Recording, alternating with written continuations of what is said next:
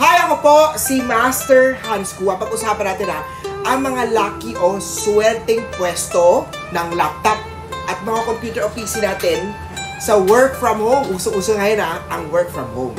Mga kahanswerte, alam nyo ba na marami sa atin ngayon ang nag-work from home? Meron tayong mga online teachers, may mga virtual assistants tayo, maraming online sellers, mga vloggers, at iba-iba pang mga remote workers.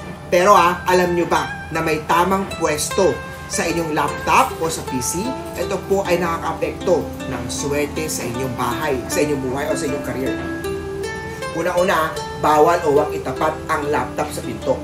Ang energy o chi ay lumalabas at pumapasok sa pinto. Kung nakaharap ang laptop mo sa pinto, madali kang malantad ng distraction o mga energy leak. Ano bang solusyon dito?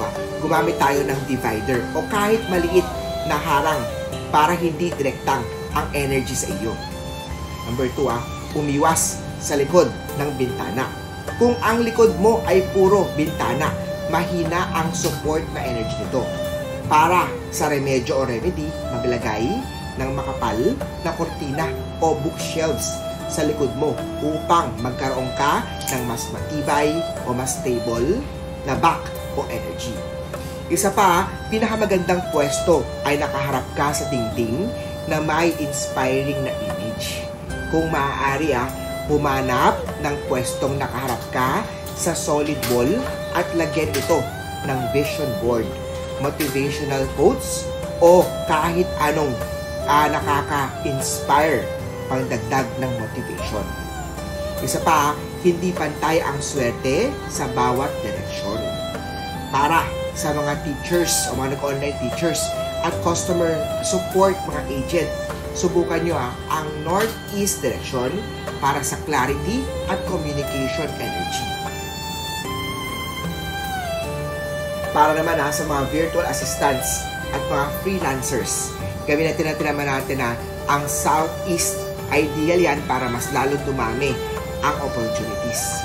Sa mga online sellers naman o mga e-commerce, ang south ang perfect para sa good business energy.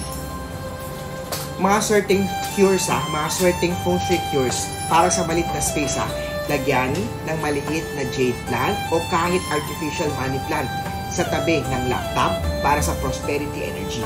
Gumamit ng desk organizer para hindi cluttered. Ang mga kalat natin o yung mga barya ay swerte.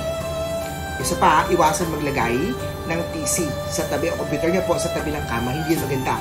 Nagnanakaw ito ng rest na energy at maaaring magdulot ito ng insomnia. Mga kahanswerte, tatanda natin ang tamang ayos ng workspace natin ay nagbibigay ng tamang energy para sa trabaho at pera natin. Itama ang pwesto, ayusin ang energy at hayaang dumaloy ang swerte. Para sa mas detalyadong feng shui tips, sundan po ko sa aking Facebook, Instagram, YouTube, TikTok. Hanapin niyo po Master Hans Kua. Paano?